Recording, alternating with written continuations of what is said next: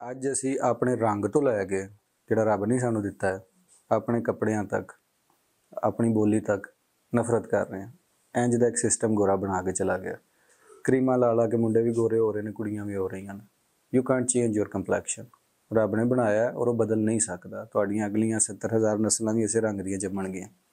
ਇਸੇ ਤਰ੍ਹਾਂ ਬੋਲੀ ਵੀ ਨਹੀਂ ਬਦਲ ਸਕਦੀ, ਸਿੱਖ ਕੇ ਵੀ ਨਹੀਂ ਬਦਲ ਸਕਦੀ।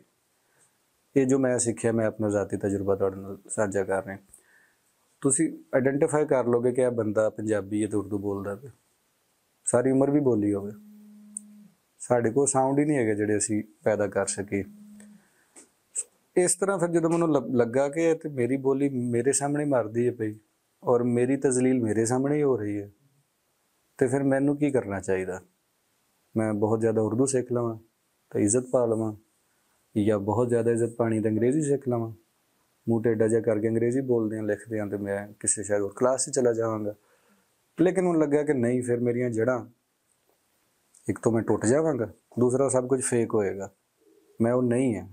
ਮੈਂ ਜੱਟਾਂ ਦੇ ਘਰ ਜੰਮਿਆ ਵਾਂ, ਠੀਕ ਹੈ, ਪੰਜਾਬੀਆਂ ਦੇ ਘਰ ਜੰਮਿਆ ਵਾਂ। ਅਸੀਂ ਇਸੇ ਧਰਤ ਦੇ ਲੋਕ ਹਾਂ। ਹੜੱਪਨ ਸਿਵਲਾਈਜੇਸ਼ਨ ਜਿਹੜੀ ਹੈ, ਇੰਡਸ ਵੈਲੀ ਸਿਵਲਾਈਜੇਸ਼ਨ ਸਾਡੀ ਸਿਵਲਾਈਜੇਸ਼ਨ ਹੈ, ਔਰ ਮੇਰੀ ਅਗਲੀਆਂ ਨਸਲਾਂ ਵੀ ਇੱਥੇ ਹੀ ਰਹਿਣਾ। ਤੁਹਾਨੂੰ ਵੀ ਪਤਾ ਹੋਏਗਾ ਕਿ ਫਾਰਸੀ ਇੱਕ ਜ਼ਮਾਨੇ 'ਤੇ ਸਬ ਕੌਂਟੀਨੈਂਟ ਦੇ ਵਿੱਚ ਬਹੁਤ ਜ਼ਿਆਦਾ ਬੋਲੀ ਔਰ ਵਰਤੀ ਜਾਂਦੀ ਸੀ। ਹਾਥ ਕੰਗਨ ਕੋ ਆਰਸੀ ਕਿਹਾ, ਪੜ੍ਹੇ ਲਿਖੇ ਕੋ ਫਾਰਸੀ ਕਿਹਾ। ਹੁਣ ਕਹਿ ਰਹੇ ਨੇ ਪੜ੍ਹੇ ਲਿਖੇ ਕੋ ਅੰਗਰੇਜ਼ੀ ਕਿਹਾ। ਕੱਲ੍ਹ ਨੂੰ ਚੀਨੀ ਆ ਗਏ ਤਾਂ ਕਹਿਣਗੇ ਪੜ੍ਹੇ ਲਿਖੇ ਕੋ ਮੈਂਡਰਿਨ ਕਿਹਾ, ਚਾਈਨੀਜ਼ ਦੀ ਜਿਹੜੀ ਜ਼ੁਬਾਨ। ਇਹਦਾ ਮਤਲਬ ਹੈ ਕਿ ਜੜ ਤੋਂ ਟੁੱਟੀ ਹੋਈ ਚੀਜ਼ ਹਮੇਸ਼ਾ ਰਹੀ, ਠੀਕ ਹੈ। ਸੋ ਆਪਣੀ ਬੋਲੀ ਨੂੰ ਬਚਾਉਣ ਕਰਕੇ, ਆਪਣੀ ਇੱਜ਼ਤ ਬਚਾਉਣ ਕਰਕੇ ਮੈਨੂੰ ਲੱਗਦਾ ਕਿ ਲੋਕ ਮੈਨੂੰ ਇਹ ਨਾ ਕਹਿਣ ਕਿ ਤੂੰ ਪੰਜਾਬੀ ਹੈ ਅਤੇ ਤੂੰ ਕੋਈ ਬੁਰਾ ਸ਼ਖਸ ਹੈ, ਜਾਂ ਤੇਰੀ ਜ਼ੁਬਾਨ ਗੰਦੀ ਹੈ, ਜਾਂ ਤੁਸੀਂ ਲੋਕ ਜਾਹਿਲ ਹੁੰਦੇ ਹੋ। ਉਹਨੂੰ ਤੋੜਨ ਵਾਸਤੇ ਫਿਰ ਇੱਕ ਕੋਸ਼ਿਸ਼ ਕੀਤੀ, ਅਤੇ ਫਿਰ ਪਤਾ ਚੱਲਿਆ ਅੱਛਾ ਮੈਂ ਇਕੱਲਾ ਹੀ ਨਹੀਂ ਹਾਂ, ਹੋਰ ਲੋਕਾਂ ਨੂੰ ਵੀ ਇਹ ਜਾਗ ਲੱਗੀ ਹੋਈ ਹੈ, ਔਰ ਉਹ ਵੀ ਕੁਝ ਨਾ ਕੁਝ ਮਿਹਨਤ ਕਰ ਰਹੇ ਨੇ ਇਹਨੂੰ ਮਿੱਥ ਨੂੰ ਤੋੜਨ ਵਾਸਤੇ ਕਿ ਦੁਨੀਆ ਦੀਆਂ ਸਾਰੀਆਂ ਜ਼ੁਬਾਨਾਂ ਸੋਹਣੀਆਂ ਨੇ। ਬੰਦਾ ਜਾਹਿਲ ਹੋ ਸਕਦਾ ਜਾਂ ਬੁਰਾ ਹੋ ਸਕਦਾ, ਬੋਲੀ ਨਹੀਂ ਹੋ ਸਕਦੀ। ਉਰਦੂ ਸਪੀਕਿੰਗ 'ਚ ਵੀ ਲੋਕ ਜਾਹਿਲ ਨੇ, ਅਰਬੀ ਬੋਲਣ ਵਾਲੇ ਵੀ ਬੜੇ ਜਾਹਿਲ ਹੋ ਸਕਦੇ ਨੇ, ਅੰਗਰੇਜ਼ੀ ਬੋਲਣ ਵਾਲੇ ਵੀ ਬੜੇ ਜਾਹਿਲ ਹੋ ਸਕਦੇ ਨੇ। So that is a different trait. ਫਿਰ ਹੋਰ ਦੋਸਤਾਂ ਨਾਲ ਮੁਲਾਕਾਤ ਹੋਈ। ਫਿਰ ਮੈਂ ਪੰਜਾਬੀ 'ਚ ਪਹਿਲੀ ਦਫਾ ਲਿਖਿਆ। ਮੈਨੂੰ ਲਿਖਣੀ ਨਹੀਂ ਸੀ ਹੁੰਦੀ, ਲੇਕਿਨ ਉਹ ਅਲਫ ਬੇ ਦੇ ਨਾਲ ਹੀ ਲਿਖੀ ਜਾਂਦੀ ਹੈ। ਗ੍ਰੈਜੂਏਲੀ ਉਹਨੂੰ ਸਿੱਖਿਆ। ਇੱਕ ਕਹਾਣੀ ਲਿਖ ਕੇ ਫਿਰ ਸਾਡੀ ਇੱਕ ਸੰਗਤ ਹੈ, ਪੰਜਾਬੀ ਸੰਗਤ ਪਾਕਿਸਤਾਨ, ਉੱਥੇ ਜਾ ਕੇ ਪੜ੍ਹੀ। ਥੋੜ੍ਹੀ ਜਿਹੀ ਤਾਰੀਫ ਹੋ ਗਈ, ਕਹਿ ਲਓ, ਥੋੜ੍ਹੀ ਜਿਹੀ ਬਚਤ ਹੋ ਗਈ। ਫਿਰ ਮਜ਼ੀਦ ਪੰਜਾਬੀ ਲਿਟਰੇਚਰ ਪੜ੍ਹਿਆ ਔਰ ਗ੍ਰੈਜੂਅਲੀ ਚੀਜ਼ਾਂ ਜਿਹੜੀਆਂ ਨੇ ਉਹ ਰਿਫਾਈਨ ਹੁੰਦੀਆਂ ਚਲੀਆਂ ਗਈਆਂ। ਫਿਰ ਪਹਿਲੀ ਕਹਾਣੀ ਜਿਹੜੀ ਮੇਰੀ ਇੰਡੀਆ ਦੇ ਇੱਕ ਰਸਾਲੇ ਦੇ ਵਿੱਚ ਛਪੀ, ਉਹ ਬੜੀ ਇੰਟਰਸਟਿੰਗ ਸੀ ਮੇਰੇ ਲਈ ਕਿ ਮੈਗਜ਼ੀਨ ਮੈਨੂੰ ਕਿਸੇ ਨੇ ਇੰਡੀਆ ਤੋਂ ਲਿਆ ਕੇ ਦਿੱਤਾ। ਉਹ ਗੁਰਮੁਖੀ ਦੇ ਵਿੱਚ ਸੀ। ਉਹ ਗੁਰਮੁਖੀ ਮੈਨੂੰ ਪੜ੍ਹਨੀ ਨਹੀਂ ਸੀ ਆਉਂਦੀ, ਹੁਣ ਵੀ ਪੂਰੀ ਤਰ੍ਹਾਂ ਨਹੀਂ ਆਉਂਦੀ, ਥੋੜ੍ਹੀ ਥੋੜ੍ਹੀ ਆਉਂਦੀ। ਉਹ ਰਸਾਲਾ ਜਦੋਂ ਮੈਨੂੰ ਕਿਸੇ ਨੇ ਦਿੱਤਾ ਅਤੇ ਮੈਂ ਚਾਅ ਦੇ ਨਾਲ ਲੈ ਕੇ ਪੂਰੀ ਯੂਨੀਵਰਸਿਟੀ 'ਚ ਫਿਰਨਾ ਪਿਆ। ਔਰ ਮੈਨੂੰ ਇਹ ਪਤਾ ਹੈ ਕਿ ਫਲਾਣੇ ਸਫ਼ੇ 'ਤੇ ਮੇਰੀ ਕਹਾਣੀ ਛਪੀ ਹੈ, ਪਰ ਇਹ ਨਹੀਂ ਪਤਾ ਕਿ ਕੀ ਲਿਖਿਆ ਹੋਇਆ, ਮਤਲਬ ਆਈ ਕੈਂਟ ਰੀਡ। ਅਤੇ ਉਹ ਮੈਨੂੰ ਇੰਝ ਲੱਗੇ ਜਿਵੇਂ ਕਿਸੇ ਅਨਪੜ੍ਹ ਮਾਂ ਨੂੰ ਕਿਸੇ ਪੜ੍ਹੇ ਲਿਖੇ ਪੁੱਤਰ ਦਾ, ਸੋ ਕਾਲਡ ਪੜ੍ਹੇ ਲਿਖੇ ਪੁੱਤਰ ਦਾ ਖੱਤ ਆ ਗਿਆ। ਉਹ ਪੜ੍ਹ ਤਾਂ ਨਹੀਂ ਸਕਦੀ, ਪਰ ਖੱਤ ਲੈ ਕੇ ਫਿਰਦੀ ਵੀ ਹਰ ਪਾਸੇ। So it was like that ਕਿ ਮੈਂ ਰਸਾਲਾ ਲੈ ਕੇ ਫਿਰਦਾ ਰਿਹਾ। ਸੋ ਛੋਟੀਆਂ ਛੋਟੀਆਂ ਅਚੀਵਮੈਂਟਸ ਹੁੰਦੀਆਂ ਨੇ ਜਿਹੜੀਆਂ ਕਿ ਤੁਹਾਨੂੰ ਹੋਰ ਹਿੰਮਤ ਦਿੰਦੀਆਂ ਨੇ ਕੁਝ ਕਰਨ ਵਾਸਤੇ। ਮਤਲਬ ਜਦੋਂ ਮੈਂ ਯੂਨੀਵਰਸਿਟੀ ਸਾਂ ਅਤੇ ਕੰਪੀਟੀਸ਼ਨ 'ਚ ਜਾਂਦਾ ਸਾਂ, ਅਤੇ ਲਮਸ ਦਾ ਕੰਪੀਟੀਸ਼ਨ ਜਿੱਤਿਆ ਸ਼ਾਰਟ ਸਟੋਰੀ ਰਾਈਟਿੰਗ ਦਾ, UET ਦਾ ਕੰਪੀਟੀਸ਼ਨ ਜਿੱਤਿਆ ਸ਼ਾਰਟ ਸਟੋਰੀ ਰਾਈਟਿੰਗ ਦਾ। ਉਹ ਇੱਕ ਇੱਕ ਪੈਰ ਕਹਿ ਲਓ ਕਿ ਪੁੱਟਦੇ ਪੁੱਟਦੇ ਤੁਹਾਨੂੰ ਹੋਰ ਹਿੰਮਤ ਮਿਲਦੀ ਹੈ ਕਿ ਅੱਛਾ ਸ਼ਾਇਦ ਤੁਸੀਂ ਕੋਈ ਬਿਹਤਰ ਕੰਮ ਹੀ ਕਰ ਰਹੇ ਹੋ, ਤਾਂ ਹੀ ਤੁਸੀਂ ਵਿਨਰ ਦੇ ਤੌਰ 'ਤੇ ਸਾਹਮਣੇ ਨਜ਼ਰ ਆ ਰਹੇ ਹੋ। ਇਸੇ ਤਰ੍ਹਾਂ ਹੀ ਇੰਡੀਆ 'ਚ ਪਹਿਲੀ ਕਹਾਣੀ ਛਪਣਾ ਜਿਹੜਾ ਹੈ, ਉਹਨੇ ਥੋੜ੍ਹਾ ਜਿਹਾ ਹੋਰ ਬੂਸਟ ਦਿੱਤਾ। ਸਾਡੇ ਇੱਥੇ ਕੁਝ ਪੰਜਾਬੀ ਰਸਾਲੇ ਨੇ, ਉਹਨਾਂ 'ਚ ਵੀ ਕਹਾਣੀਆਂ ਛਪੀਆਂ। ਹੁਣ ਤੱਕ ਕੋਈ 6-7 ਕਹਾਣੀਆਂ ਇੰਡੀਆ 'ਚ ਛਪ ਚੁੱਕੀਆਂ ਨੇ, ਔਰ ਉੱਥੇ ਰੀਡਰ ਵੀ ਬਹੁਤੇ ਨੇ, ਉਹ ਪੜ੍ਹਦੇ ਵੀ ਨੇ ਜ਼ਿਆਦਾ ਸਾਡੇ ਤੋਂ ਪੰਜਾਬੀ, ਅਤੇ ਉੱਥੋਂ ਫੀਡਬੈਕ ਵੀ ਆਉਂਦਾ। ਪਾਕਿਸਤਾਨ 'ਚ ਵੀ ਇਸੇ ਤਰ੍ਹਾਂ ਹੀ ਛਪੀਆਂ, ਉੱਧਰੋਂ ਵੀ ਫੀਡਬੈਕ ਆਇਆ। ਹੁਣ ਹਲੇ ਕਿਤਾਬ ਤਾਂ ਨਹੀਂ ਆਈ, ਲੇਕਿਨ ਇਸ ਸਾਲ ਦੀ ਪੂਰੀ ਕੋਸ਼ਿਸ਼ ਸੀ ਕਿ ਕਿਤਾਬ ਆ ਜਾਏ, ਲੇਕਿਨ 70,000 ਉਹਦੇ ਮਸਲੇ ਬਣ ਗਏ ਕਿ ਪੋਲੀਟੀਕਲ ਟਰਮੋਇਲ ਆ ਗਿਆ। ਕਦੇ ਅਸੀਂ ਲੋਕਡਾਊਨ 'ਚ ਚਲੇ ਜਾਂਦੇ ਹਾਂ, ਕਦੇ ਖੁੱਲ੍ਹ ਜਾਂਦੇ ਹਾਂ, ਕਦੇ ਡਾਲਰ ਦਾ ਰੇਟ ਬਦਲ ਜਾਂਦਾ, ਕਦੇ ਕੁਝ ਹੋ ਜਾਂਦਾ।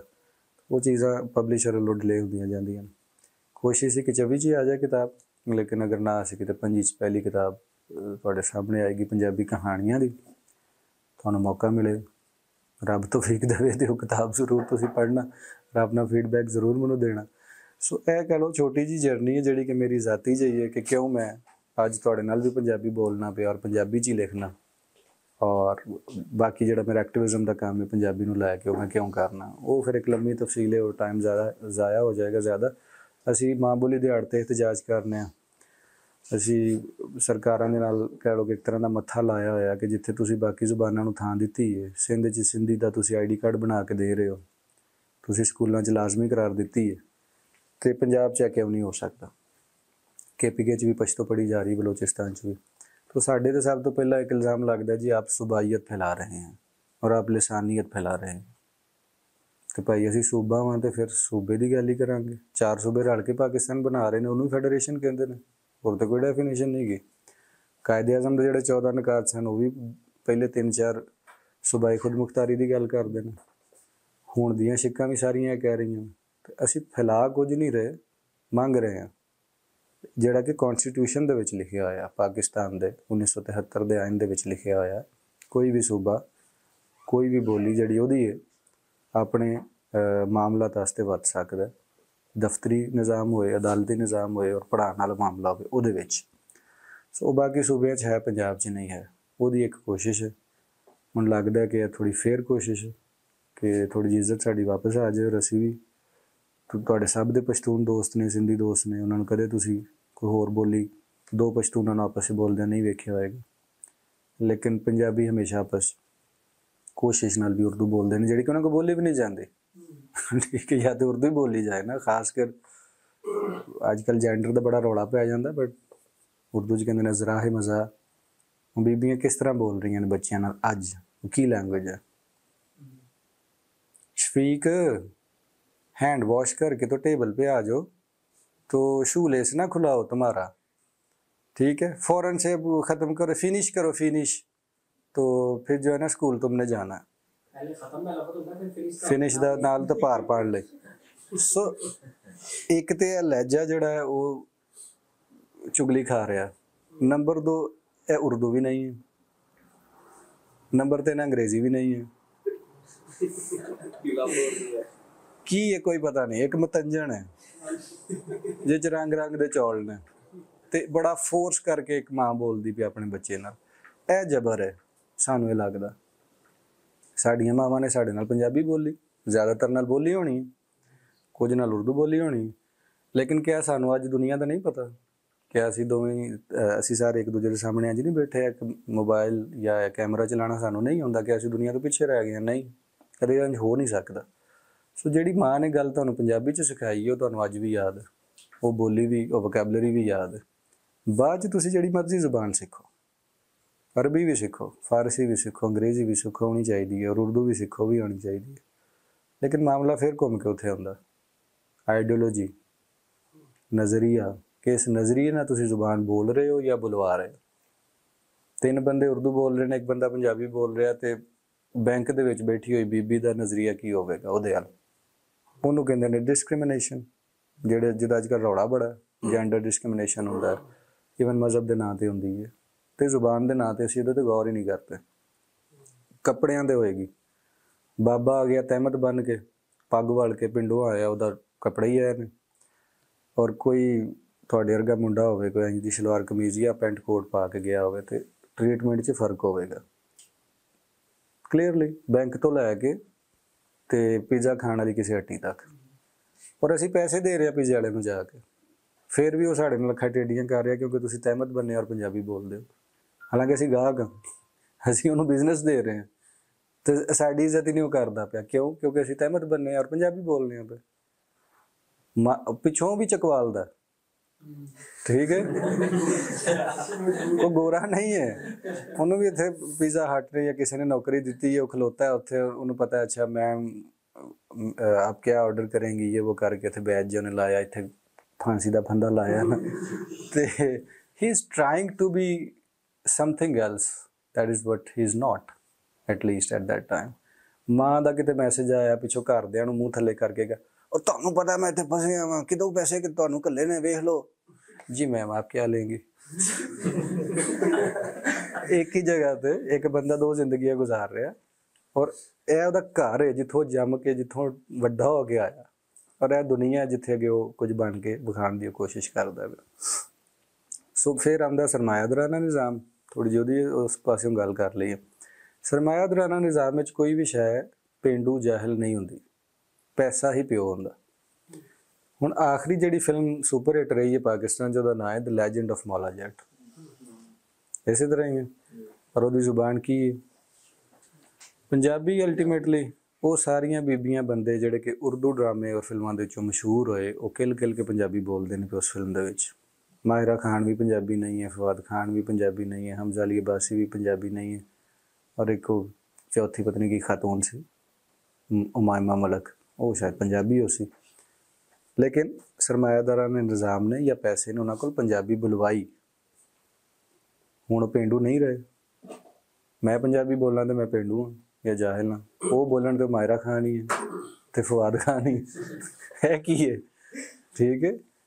ਉਹੀਓ ਬੰਦਾ ਜਿਹੜਾ ਕਿ ਬੈਂਕ 'ਚ ਜਾ ਕੇ ਤਹਿਮਤ ਬਣ ਕੇ ਪੰਜਾਬੀ ਬੋਲੇਗਾ ਤੇ ਮਿਸਟਰੀਟ ਉਹਦੇ ਨਾਲ ਹੋਏਗਾ, ਉਹ ਕੋਕ ਸਟੂਡੀਓ 'ਚ ਪਸੂੜੀ ਸੁਣੇਗਾ, ਅੱਗ ਲਾਵਾਂ ਮਜਬੂਰੀ ਨੂੰ ਆਉਣ ਜਾਣ ਦੀ ਪਸੂੜੀ ਨੂੰ। ਲੇਕਿਨ ਉਹ ਜਾ ਕੇ ਕਿਤੇ ਕਹਿ ਦੇ ਕਿ ਯਾਰ ਇੱਥੇ ਕੀ ਰੌਲਾ ਪਿਆ, ਪਸੂੜੀ ਪਾਈ ਜੇ, ਤਾਂ 8 ਬੰਦੇ ਕੀ ਸੋਚਣਗੇ? ਸੋ ਸਰਮਾਇਆਦਾਰਾਨਾ ਨਿਜ਼ਾਮ ਹਰ ਸ਼ੈ ਵੇਚ ਦਿੰਦਾ, ਇਨਕਲੂਡਿੰਗ ਪੰਜਾਬੀ। ਅਤੇ ਇਹ ਭੇਦਭਾਵ ਦਾ ਜਿਹੜਾ ਸਿਸਟਮ ਹੈ ਇਸਲਾਮ ਦੇ ਵਿੱਚ, ਸਾਰਿਆਂ ਨੂੰ ਪਤਾ ਹੈ ਕਿ ਇਨਸਾਨ ਬਰਾਬਰ ਮੰਨੇ ਜਾਂਦੇ ਨੇ, ਮੁਸਲਮਾਨ ਬਰਾਬਰ ਮੰਨੇ ਜਾਂਦੇ ਨੇ, ਔਰ ਕਿਸੇ ਨਾਲ ਵਿਤਕਰਾ ਨਹੀਂ ਹੋਣਾ ਚਾਹੀਦਾ।